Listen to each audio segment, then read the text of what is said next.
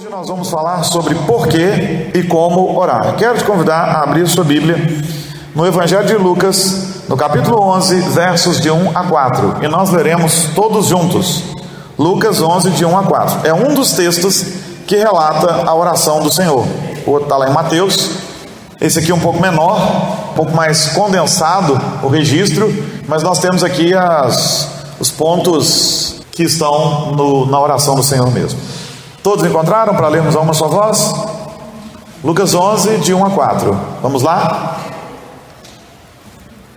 De uma feita, estava Jesus orando em certo lugar, e quando terminou, um dos seus discípulos lhe pediu: Senhor, ensina-nos a orar, como também João ensinou aos seus discípulos.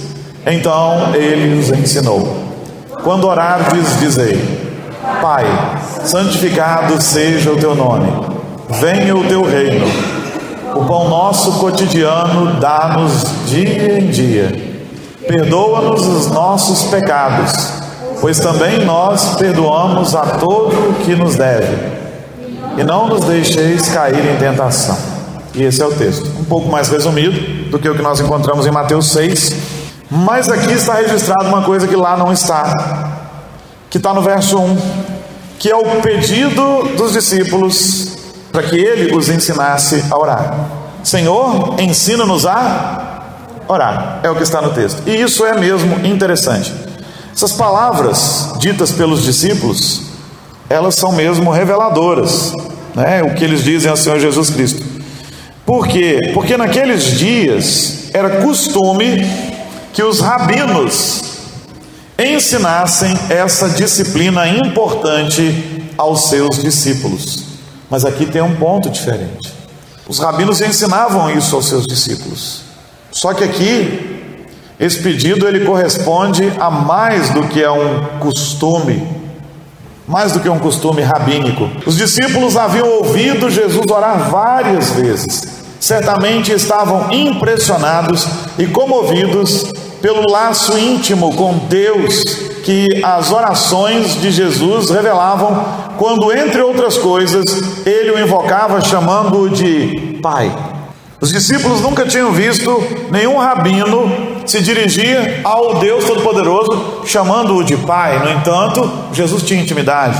Na verdade, Jesus não só chamava o Deus Todo-Poderoso de Pai, mas também o chamava de Paizinho, Papai, quando ele usava a expressão Abba, Pai.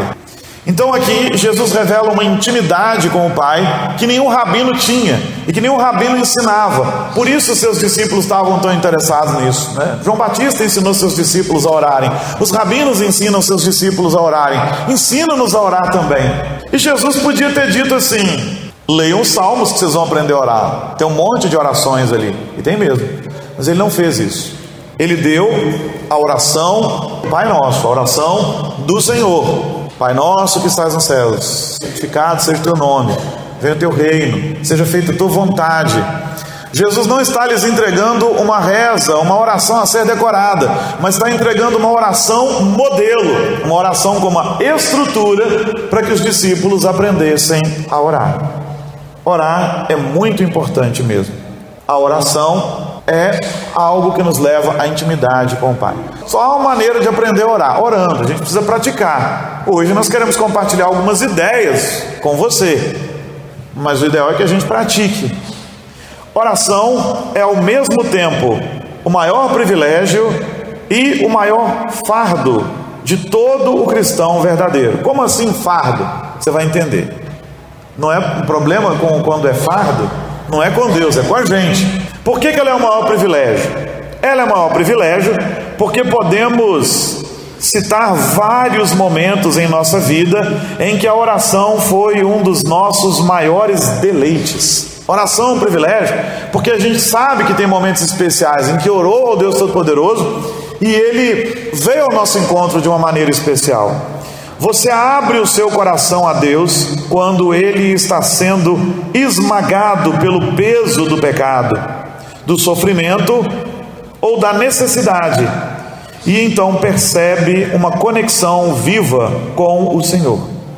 Em momentos assim, você deseja dizer o que Jacó disse em Peniel, lá em Gênesis 28:17. E ele disse: é a casa de Deus, a porta do céu.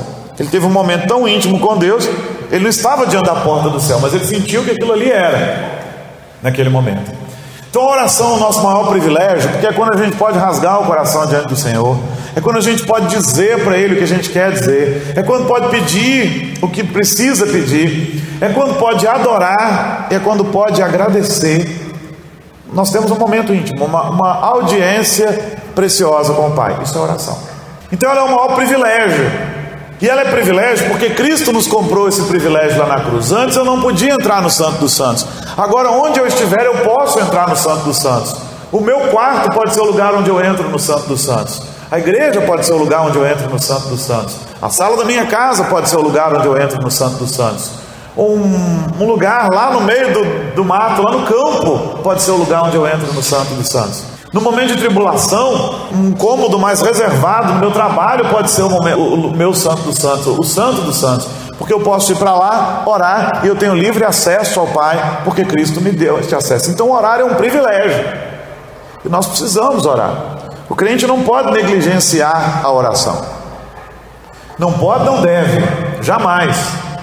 Agora, outras vezes ela pode ser o nosso maior fardo, não por causa de Deus, mas por causa de nós mesmos. Porque às vezes você ora por hábito ou por obrigação. Eu preciso orar. E não deve ser assim. E as suas orações parecem repetições vazias, palha fria, sem vida. Você sabe que algo está errado, mas não sabe bem o que fazer a respeito disso. Se suas orações, e isso é interessante, elas provocam suspiros em você, qual é a reação que provocarão diante de Deus? Ou seja, se nem você está crendo naquela oração, você está orando e fala, eu vou orar de novo. Por que você acha que essa oração chega no trono da graça de Deus? Se a gente está desestimulado a orar, é nesse ponto que pode ser um fardo. Eu vou orar de novo, eu vou orar o que eu já sei. Aí ora as mesmas palavras. Se não tomar cuidado, a oração pode virar uma reza mesmo. Só aquela repetição inútil, que ela não pode ser. Você se pergunta, será que eu estou orando e está passando do teto? Essa é talvez a expressão mais comum. Eu estou dizendo que às vezes você suspira dizendo, eu vou orar, como se fosse um peso para você. Mas é porque você pode, se não tomar cuidado por causa do pecado, perder o gosto desse privilégio da oração. Muitas vezes a gente expressa isso assim, parece que a minha oração não passou do teto. Muita gente prega assim, parece que a minha oração não passou do teto, mas isso nunca acontece. Toda oração, a oração mais fria, do crente mais esbagaçado, ela chega no trono de Deus. Porque não é por causa dos seus méritos, é por causa dos méritos de Cristo. E não é por causa das belas palavras que você possa usar, mas por causa do Espírito Santo que torna essas orações aceitáveis diante de Deus. E é o que nós lemos lá em Romanos 8, de 26 a 30 ali. Nós não sabemos orar como convém. Então nós não precisamos carregar o fardo de quem diz, minha oração, não sei mais o que orar. O Senhor Deus, Ele ouve as nossas orações. Uma das razões pelas quais consideramos a oração algo tão difícil é que tendemos a usar as palavras idênticas para orar pelas mesmas coisas. Certamente, sempre existem coisas novas que precisamos levar ao Senhor, como por exemplo, a crise atual da igreja, a crise da nação, a crise do país, a crise política. São petições, que você pode levar diante de Deus, porque normalmente a gente tende a pedir, e às vezes parece que a gente está sempre pedindo as mesmas coisas. Senhor, abençoa minha família, Senhor, abençoa meus irmãos, Senhor. E aí a gente vai fazendo, e se não tomar cuidado fica mecânico mesmo. Mas a maioria das nossas orações gira em torno das mesmas coisas. Rapidamente começam a aparecer entediantes e pouco espirituais. Eu estou sempre pedindo as mesmas coisas. Então começa a prestar atenção em coisas novas. Tem gente que de fato a oração dele parece a mesma coisa sempre. Senhor, nosso Deus, nosso Pai que está no céu, na terra, em todo lugar onde está evocado o teu santo nome. Eu pastoreei um sujeito que eu sabia que a oração dele ia começar assim. Um outro problema é que às vezes a oração fica resumida em pedir. Pedir. E isso é um negócio tão interessante que às vezes você pede uma oração de louvor e o sujeito pede, ele não louva na oração. Às vezes você pede uma oração de adoração, aí a pessoa até começa bem, mas daqui a pouco ela começa a pedir, e aproveitando, Senhor, que nós estamos... Gente, se era num culto, naquele momento, era uma oração de adoração, uma oração de louvor, ou uma oração de confissão. Agora é tempo da confissão, vamos fazer uma oração de confissão, mas a gente tende a pedir, por isso que às vezes nossas orações parecem iguais. E a oração de confissão, muitas vezes ela acaba sendo assim: Senhor, perdoa os nossos pecados, a negligência, e Senhor, nós te pedimos. Gente, era para confessar. A gente tem essa dificuldade às vezes. Uma outra dificuldade é pecar no varejo e confessar por atacado. Pecar no varejo e confessar por atacado é um problema. É claro que tem coisa que você não vai confessar publicamente, mas mesmo em casa isso pode acontecer. Quando você peca cada pecado no seu momento. Mas quando você confessa, o que muitos fazem? Senhor, perdoa a multidão dos nossos pecados em nome de Jesus. Que multidão dos nossos pecados? Que confissão foi essa diante do Pai? Tá, eu posso até entender que publicamente você não queira confessar seus pecados particulares, mas você pode confessar os nossos pecados comunitários. A nossa negligência em estar na casa do Senhor, perdoa, Senhor, isso. Perdoa, Senhor, a nossa negligência em pregar o Teu Evangelho. Há pecados nossos que são comuns, são nossos pecados comunitários, infelizmente. Nós, enquanto igreja, os pecamos. Aí você não vai querer abrir diante de uma igreja lotada de gente algumas coisas particulares, mas no seu particular você precisa fazer isso. Quando pecamos, nós não pecamos cada pecado de uma vez, então precisamos dar nome aos nossos pecados. Nome. Senhor, perdoa porque hoje eu falei mal de alguém. Senhor, perdoa porque hoje eu fofoquei. Senhor, perdoa porque hoje eu ofendi meu irmão. Senhor, perdoa porque hoje eu fui imprudente numa determinada ação. A gente tem que confessar nome por nome. A gente não tem que pecar, né? Mas já que a gente pecou pecado por pecado, agora tem que dar nome aos nossos pecados. E quando acabar a lista, aí pode fazer igual Davi: perdoa até do pecado que me é oculto. De repente eu nem tive consciência de que cometi aquele pecado, mas eu preciso confessar meus pecados pelo nome. Para Deus saber? Não. Para eu saber, para eu ser tratado, para eu tomar consciência da gravidade do meu pecado. Deus já sabe. A confissão não é para que Deus saiba, é para que eu seja tratado. Então é um ponto interessante. E é muito interessante como às vezes, de fato, a gente tem dificuldade de orar conforme aquilo que se pediu para que orasse. Agora, meus irmãos, nós vamos fazer uma oração de adoração. Aí não faz. E já começa a pedir. Mas tem mesmo a oração de súplica, onde eu vou poder pedir, tanto que precisar pedir. Outros têm aquele negócio, né? Eu não vou ficar orando não, porque eu vou incomodar Deus com isso. Nós vamos ver o privilégio disso aqui. Você não vai incomodar Deus com as suas orações.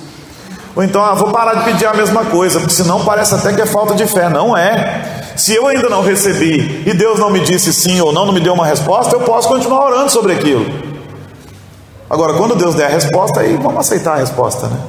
Pode haver a suspeita de descrença, às vezes, da nossa parte, sorrateira em seu coração, que se pergunta se a oração realmente serve para tanto ou para alguma coisa. O inimigo vai tentar plantar isso na gente. Será que está resolvendo alguma coisa orar? Ou então tem até um outro raciocínio: parece que quanto mais eu oro, mais o negócio fica difícil. E não é esse o raciocínio que a gente devia ter, mas é o raciocínio que o diabo põe no nosso coração, tenta plantar ali, e até o nosso próprio pecado, né?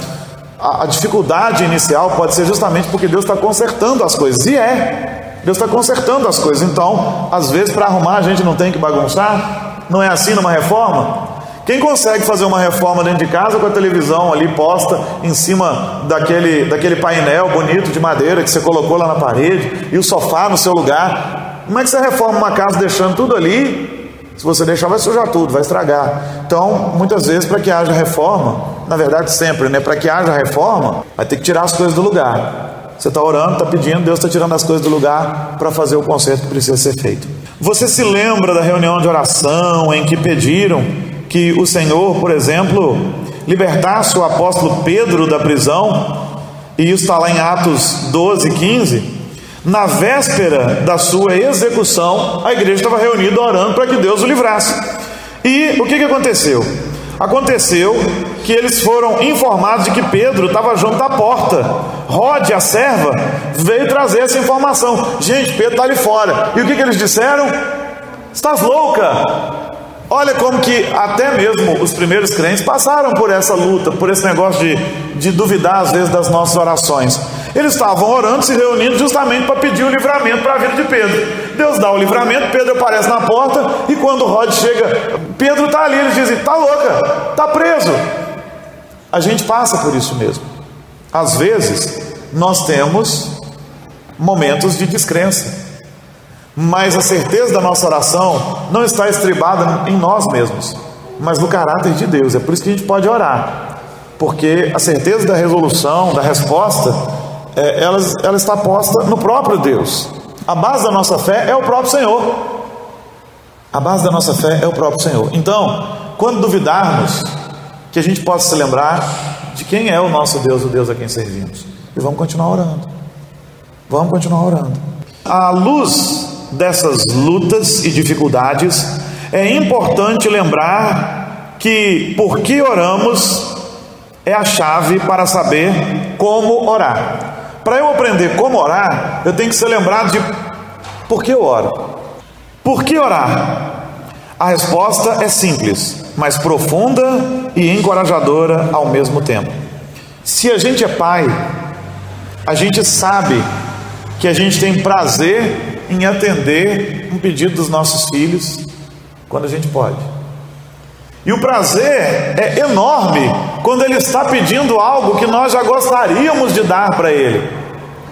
Prazer é enorme quando um filho diz assim: pai, me dá isso, e a gente já queria dar mesmo, porque queria vê-lo se desenvolver nessa área.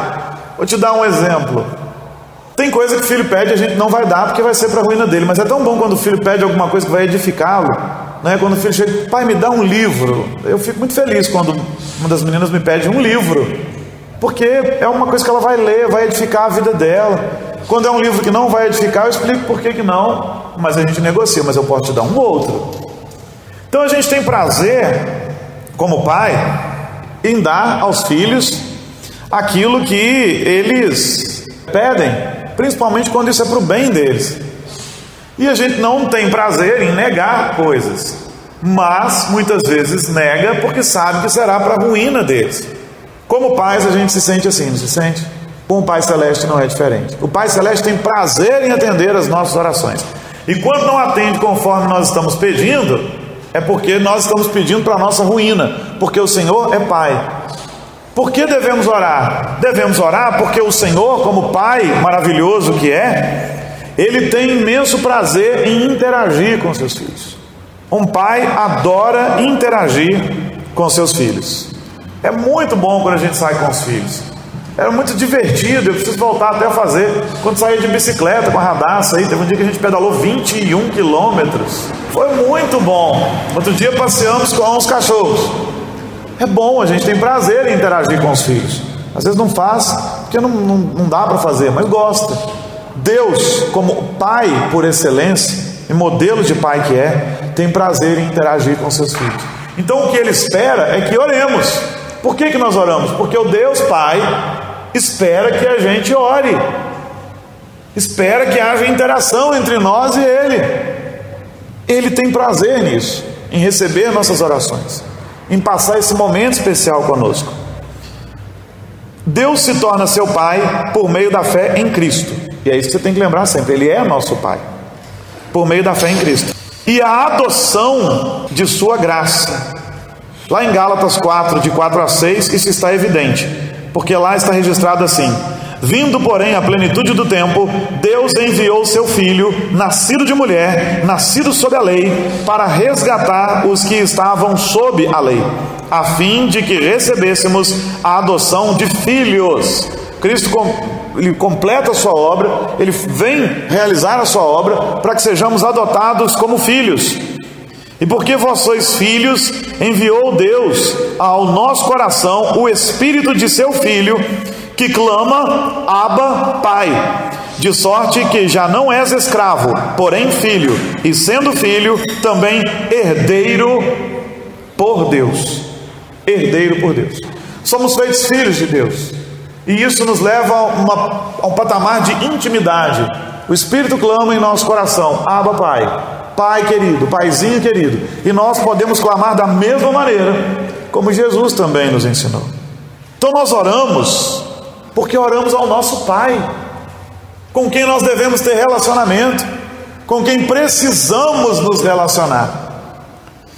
E não obstante toda essa intimidade, ela não quebra a reverência, né? Não posso chegar diante do meu pai de qualquer maneira, dizer para ele impropérios, por exemplo. Bom, a cultura hoje está muito estranha, mas a verdade é que é isso que a gente ensina para os filhos. Os meus filhos podem dizer o que elas precisarem dizer, mas vão ter que dizer com respeito, por causa da autoridade de pai que a gente tem. Com Deus é a mesma coisa.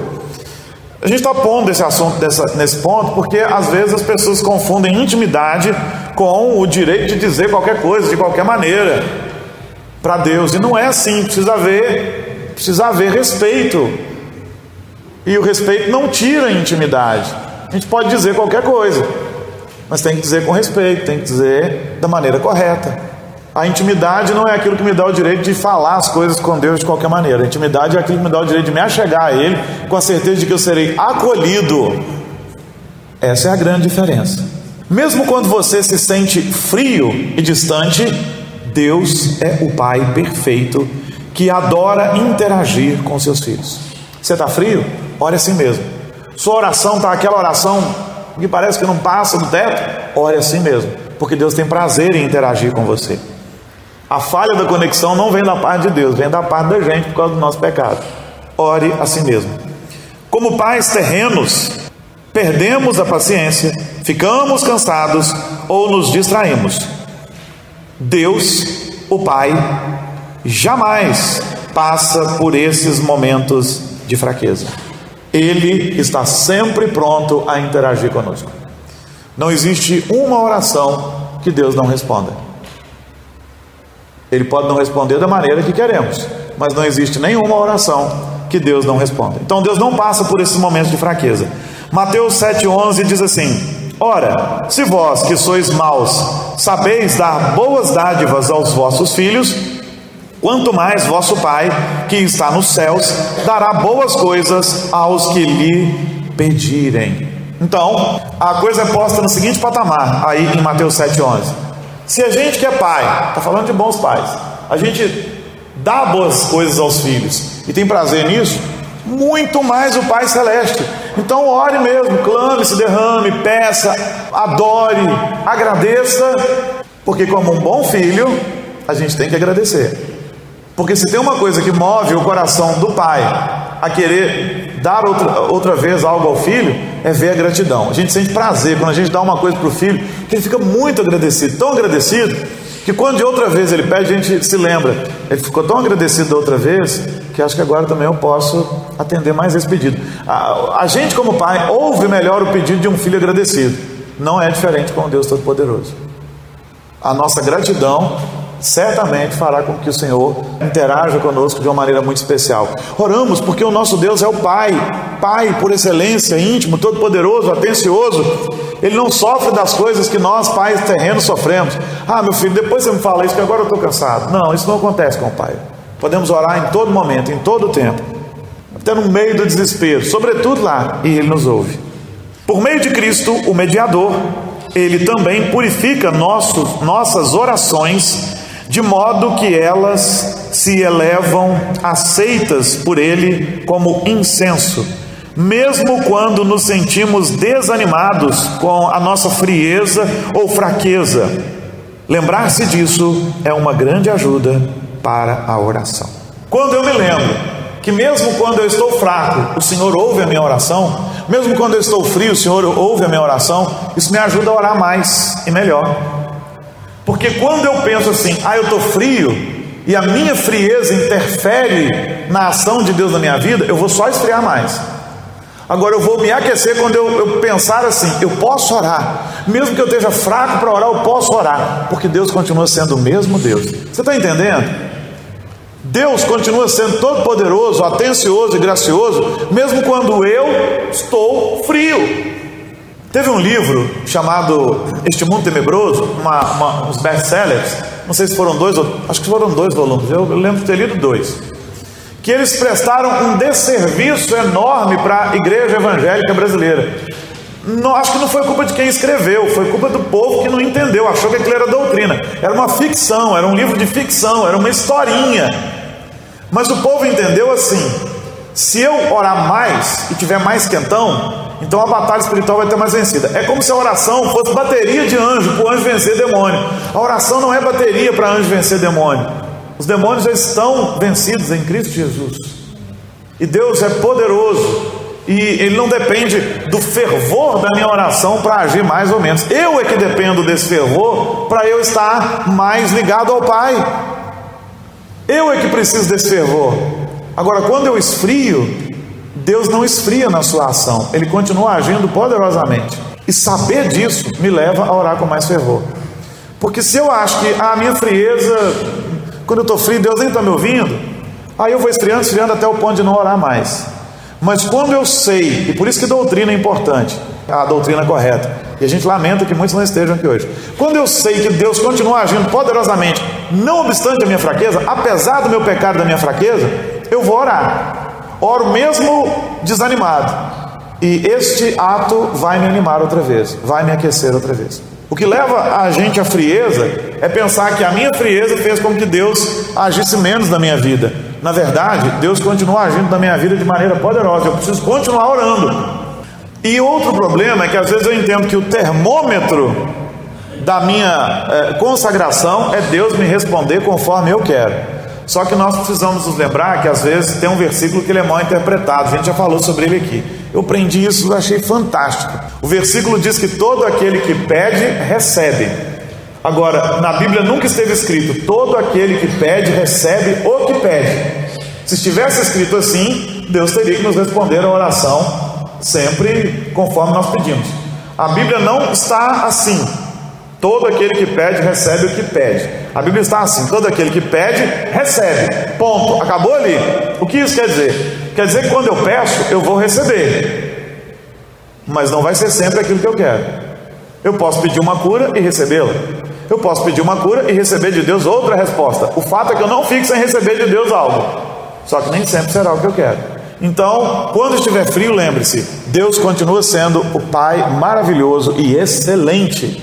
O paradigma de Pai. Isso nos motiva a orar. Sempre. Deus nos deu também ajudas maravilhosas para sabermos como orar. Alguma vez você já se perguntou como alguém consegue orar por 1 hora ou mais no mesmo dia? Quando a gente ouve essas coisas, a gente se sente nada espiritualmente. A gente se sente um crente de segunda classe, porque duvida que conseguiria fazer o mesmo. Mas é possível. Eu também às vezes leio biografias que eu me sinto bagaço. O sujeito levantava de manhã e orava 2 horas, 3 horas, e depois começava o seu trabalho. Eu ficava: meu Deus, que vergonha. Orava, né? Tinha todo o seu momento devocional. Mas eu sei que é possível. Uma das coisas que ajuda a gente a orar mais é orar as palavras do próprio Deus. Como assim orar as palavras do próprio Deus? Por exemplo, um método de oração interessante, aí a gente entra nas propostas, nos métodos, é orar com os salmos. Às vezes eu começo a ler e, baseado naquele versículo, eu posso orar. Tem uma proposta que está aqui no meu estudo, que eu nunca tinha pensado nisso, que é dividir os salmos em grupo de 30 salmos. E imagine que você queira, para orar um para cada dia do mês, né? Imagine que você queira fazer mesmo um tempo de devocional com Deus de 1 hora. Você pode pegar os salmos, dividi-los em grupos de 30 e começar a orar em cima deles. Por exemplo, no primeiro dia você pega o Salmo 1, o 31, o 61, o 91 e o 121. E aí você ora lendo esses textos. Por que dividir assim? Para que você tenha um salmo para cada dia do mês e para que você diversifique os assuntos. Porque costuma haver um mesmo grupo de salmos tratando da mesma coisa. Aí você no outro dia pega o Salmo 2, o 62, o 92, o 122. 2, 32, 62, 92, 122. No segundo dia. Eles vão te dar uma diversificação de assuntos. Aí no terceiro dia você pode fazer seu devocional em oração, lendo os versículos do Salmo 3, 33, 63, 93, 123. Você entendeu a proposta? E assim, quando chegar lá no final, você vai ter lido todo o livro de Salmos e orando em cima dos versículos desses salmos, você vai diversificar. E eu entendo que se você for usar um princípio desses, uma das coisas que vai acontecer é que você não vai conseguir ler todos os salmos. Você vai ter tanto assunto para falar com Deus que você não vai conseguir ler todos esses salmos. Mas não tem problema, você vai cumprir o seu horário ali e vai descobrir que pode ser sim alguém que ora muito mais. Peça a Deus ajuda para meditar sobre a palavra de Deus, e você vai ver que seu tempo talvez se esgote com muito mais rapidez do que você imaginava. Uma outra maneira de orar muito interessante também é usando o Pai Nosso como uma estrutura de oração. Pai nosso que estás no céu, santificado seja o teu nome. Eu começo adorando. Venha o teu reino, seja feita a tua vontade, assim na terra como no céu. E aí eu peço, o pão nosso de cada dia nos dai hoje, que são petições. O pão nosso de cada dia nos dai hoje. Eu posso confessar depois, perdoa as nossas dívidas, assim como nós perdoamos os nossos devedores. Perdoa aqueles que, as nossas ofensas ao Senhor, assim como nós perdoamos os nossos ofensores, e não nos deixe cair em tentação, mas livra-nos do mal. Confissão. E posso terminar adorando de novo, pois teu reino, o poder e a glória para sempre. Amém. Lembrando que o Pai Nosso não é uma reza e não é uma repetição, não é um texto que você vai repetir misticamente e vai acontecer alguma coisa. Jesus deu como um modelo de oração, uma estrutura. No começo da igreja cristã, inclusive, bem lá no início, era uma das coisas que se usava para discipular os novos crentes. A oração do Senhor, em algum momento a oração do Senhor e o credo apostólico, duas coisas que eram usadas para doutrinar os crentes nos primeiros momentos. Credo apostólico que também não é uma reza, como a igreja católica o fez ser, mas é um resumo daquilo que cremos, da nossa doutrina. Uma outra proposta muito interessante que eu aprendi no livro O que acontece quando as mulheres oram é o de orações frases. Você vê uma pessoa e pede por ela: ô Senhor, abençoa o Luciano, e aí toca adiante, abençoa em nome de Jesus. Você está vendo a pessoa, você se lembra dela. Uma outra coisa também está no que acontece quando as mulheres oram, é aprender a orar e abençoar a pessoa quando você está fazendo alguma coisa que te lembra aquela pessoa. Olha, quem me deu esse livro foi fulano. Senhor, abençoa ali o fulano, em nome de Jesus. Um outro princípio de oração interessante, tem muitos num livro chamado Celebração da Disciplina, é que eu ore e depois fique em silêncio, esperando a resposta de Deus. Nós tratamos disso quando tratamos das disciplinas espirituais. Acho que nós precisamos revisitar esse estudo. Qual que é a ideia? Se eu orei 10 minutos, que eu fique ali uns 10 também esperando Deus falar ao meu coração. Porque qual que é o grande erro do crente? Isso aqui não é novidade para os mais antigos, já falei isso muitas vezes. É que a gente às vezes ora, vira para o canto e dorme.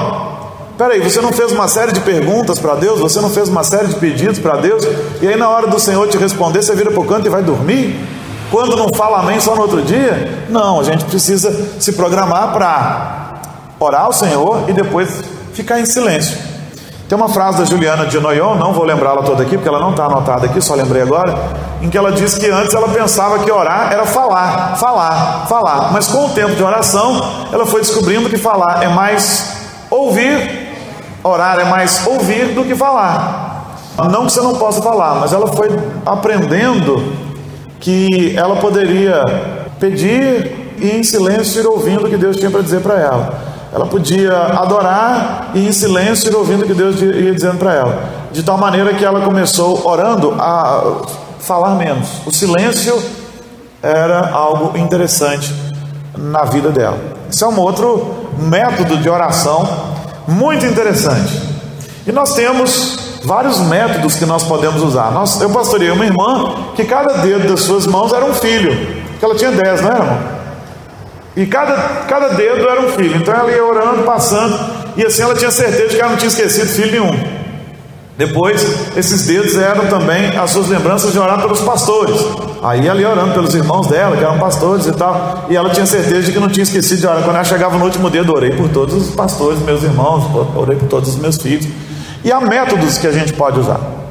Um outro muito interessante e que nos estimula mais ainda a oração é termos uma caderneta em que a gente anota os pedidos, por exemplo, e depois vai marcando para agradecer.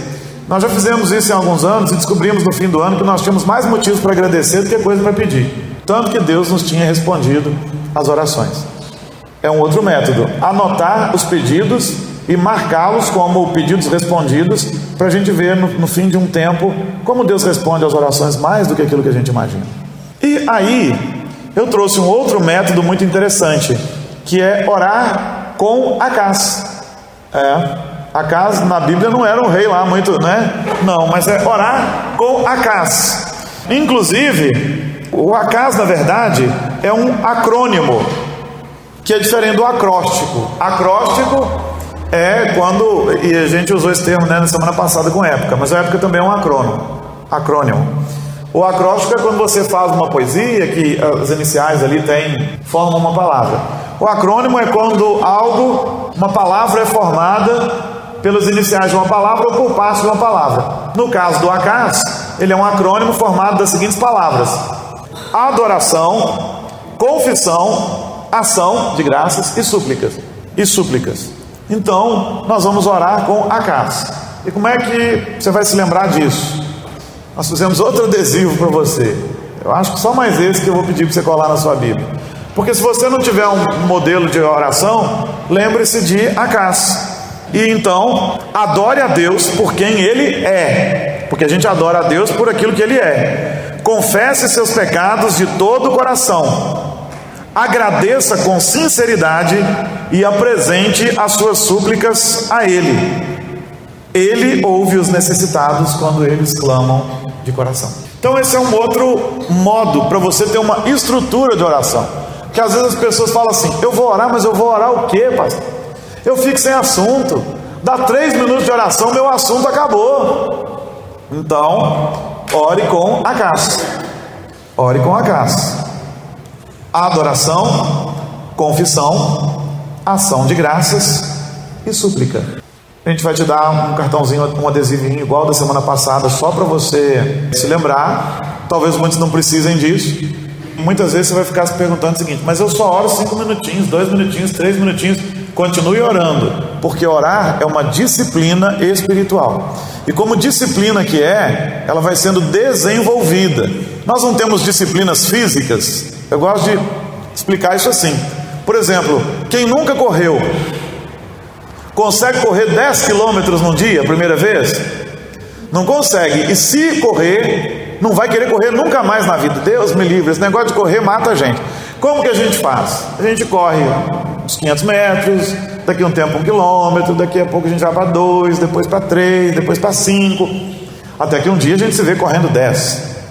Um sujeito não vai para a academia levantando 100 quilos. Nunca levantou. Vou levantar, fazer uma série aqui de 20 barras com 100 quilos. O cara morre. Não faz. Não é, meu irmão?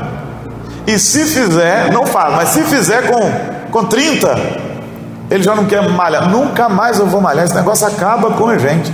Ele começa levantando 2 quilinhos, faz ali sessões de 2 quilos. 2, pastor? Meu filho, 2. Você acha 2 quilos leve quando você levanta uma vez só, mas quando você vai levantando 20, 30, 40 vezes, 2 quilos pesa. Depois você vai para 4, depois você vai para 6, depois vai para 10, até que um dia você se vê levantando um absurdo de peso. Com oração é assim. Se você nunca orou, vou orar 2 horas por dia hoje, mas nunca orei. Você vai ficar, puxa, orar é tão cansativo. Orar não é cansativo, é prazeroso, mas é uma disciplina do Espírito. Né? Quem nunca orou e está começando nisso agora, ora 3 minutos, 5 minutos, daqui a pouco vai crescendo em intimidade com o Pai, vai crescendo nessa disciplina, e quando ele menos vê, daqui a pouco ele já tem tanto assunto com Deus que o tempo que ele separa já não dá. Puxa, já acabou, já passou, mas eu queria orar mais. E às vezes é o que nos impede de orar, né? O tempo que nos é roubado.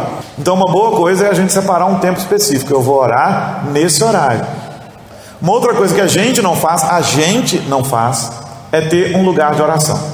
Nós temos sala de alimentação, nós temos sala de televisão, nós temos sala de visita, sala de trabalho, que é o escritório, sala para dormir, um aposento, que é o quarto, mas raramente você tem uma sala de oração. Se você não pode ter uma sala de oração, um cômodo dedicado a isso, pelo menos separe, por exemplo, o seu quarto e avise a família. Se eu estiver no quarto e a porta estiver fechada, porque eu estou orando naquele horário.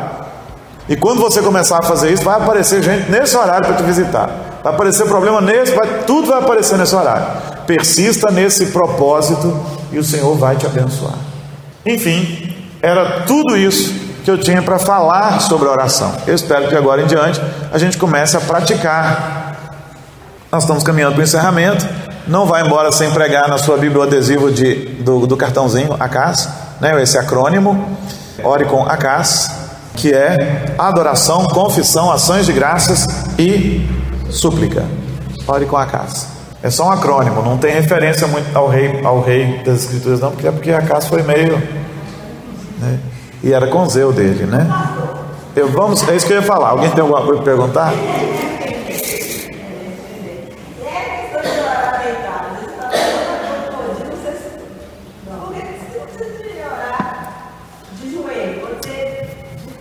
A Bíblia não tem uma exigência de oração.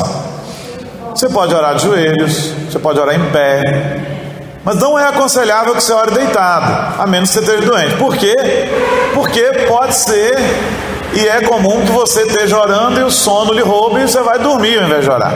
A Bíblia também não manda a gente fechar os olhos na hora da oração. Mas por que a gente fecha? Para que a gente não fique prestando atenção em nada. Senão você está orando, Senhor abençoa, passou um mosquito, passou um mosquito. O Senhor não sei o que, por que aquele pardal está ali? Não tem nenhum ali agora, só estou... Está vendo? Ou então, a irmã está bem orando na igreja, assim, de olhos abertos e tal, e daqui a pouco, Senhor, então abençoe, na cabeça dela, não, que a mulher está com uma roupa horrorosa. Então, para que você não preste atenção em outras coisas, a gente adquiriu este hábito e este bom hábito de orar de olhos fechados. Mas você pode estar dirigindo e fazer uma oração ao Senhor ali. Mas quando você reserva tempo, então a gente fecha os olhos e muitas vezes se põe de joelhos. E estar de joelhos, embora a Bíblia não nos obrigue, diga assim, ore sempre de joelhos. Estar de joelhos nos coloca na posição que nós precisamos estar, de humilhação diante de Deus. Não que Deus tenha prazer em nos humilhar, mas a gente se põe de joelhos dizendo, Senhor, é isso mesmo, nós precisamos muito. É o filho que se põe de joelhos suplicando por uma causa preciosa. E o outro ponto é que também esta posição não é uma posição que a gente fique nela constantemente. Ela não é uma posição confortável, por exemplo, como a minha cama e o meu travesseiro. Então eu vou estar concentrado nisso. Mas eu posso orar, e se eu quero passar um tempo muito grande orando, eu posso orar sentado, por exemplo, numa poltrona, numa cadeira confortável, em que eu vá passar mais tempo orando. Posso. Porque até o lugar desconfortável também vai ser um problema. Eu me assento num banco muito desconfortável. Deu 30 minutos de oração, Senhor misericórdia, não aguento mais esse banco horroroso. Então às vezes arranjar um lugar confortável para você passar um tempo confortável, mas não que te leve a dormir, né? Passar um tempo mais precioso diante de Deus é importante. Você entendeu? Mas se você está impossibilitado de ficar de pé, você pode orar deitada, né? Eu estou doente, estou no hospital, eu posso orar deitado. É o meu momento íntimo com o Pai. Mas principalmente quando a gente ainda não tem este hábito e esta disciplina preciosa, então estar de joelhos, de olhos fechados é muito, muito precioso. Pode falar. Essa questão de você comentar isso de joelho, não, a gente nunca vai conseguir assim, sentir confortável. Assim, né? Que começa daqui a pouco, eu 5, 10 minutos eu não leio. Começa, me incomoda. Só que assim, sim. Não é um sacrifício que está fazendo algo. Não, exatamente.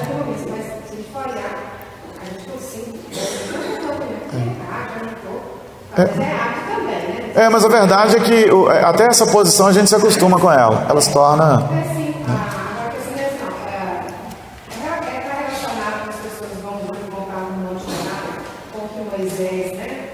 Deus que fala isso também, não só, Deus falasse com ele, aí está relacionado a isso? Com o que você está falando? Quando as pessoas vão ao monte. Ao monte? Não, o monte nas Escrituras é o seguinte. Eu entendo assim, que é um lugar separado, tá. E tal, né? O monte não é mais místico do que nenhum outro lugar.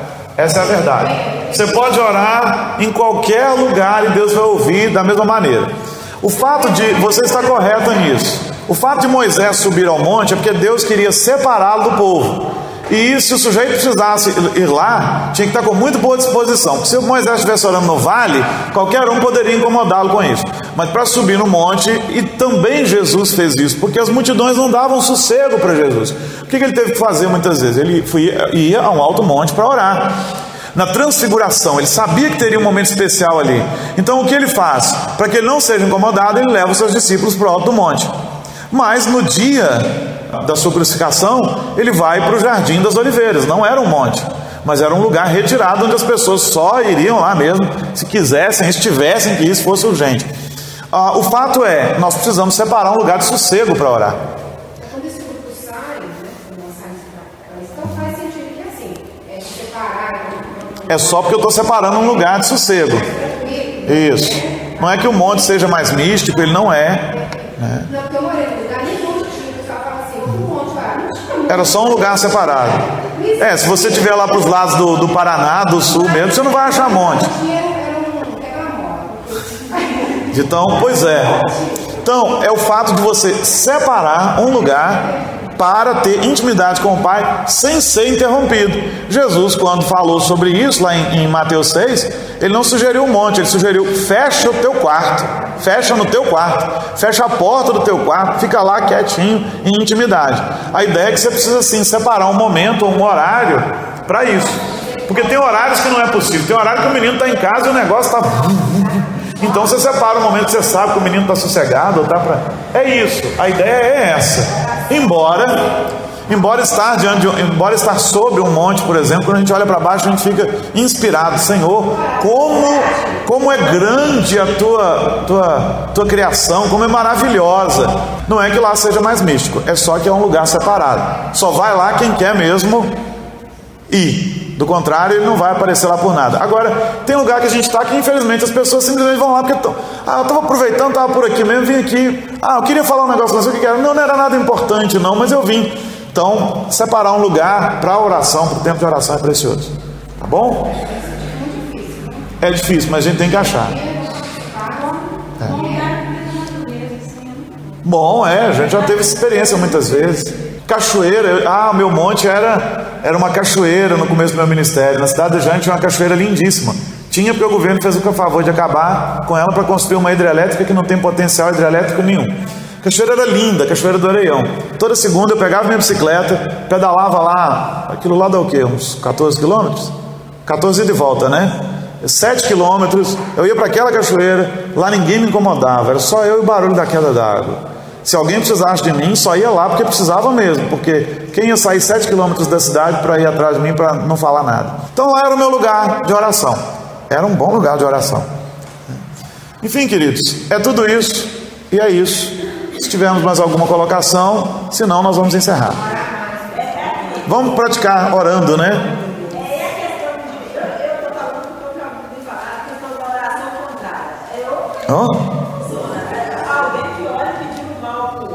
Não, isso aí Deus não ouve. Isso aí é de outro. Esse negócio de oração contrária, isso é em outros arraiais. Isso não é cristão, não. Qualquer oração que seja feita pedindo o mal para quem quer que seja, minha irmã, peraí. Qualquer oração que seja feita pedindo mal para alguém, ela não pode ser dirigida a Deus, porque Deus não aceita uma oração dessas mesmo. Essa oração não chega ao trono do Senhor.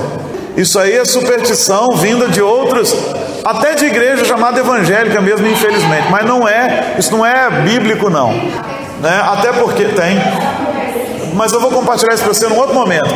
Até porque é o seguinte, a Bíblia diz assim: não te deixes vencer pelo mal, mas vence o mal com o bem. Então o Senhor nos diz o seguinte, que é para eu abençoar o que me persegue, não amaldiçoar, mas abençoar. Então, tá bom? Oi?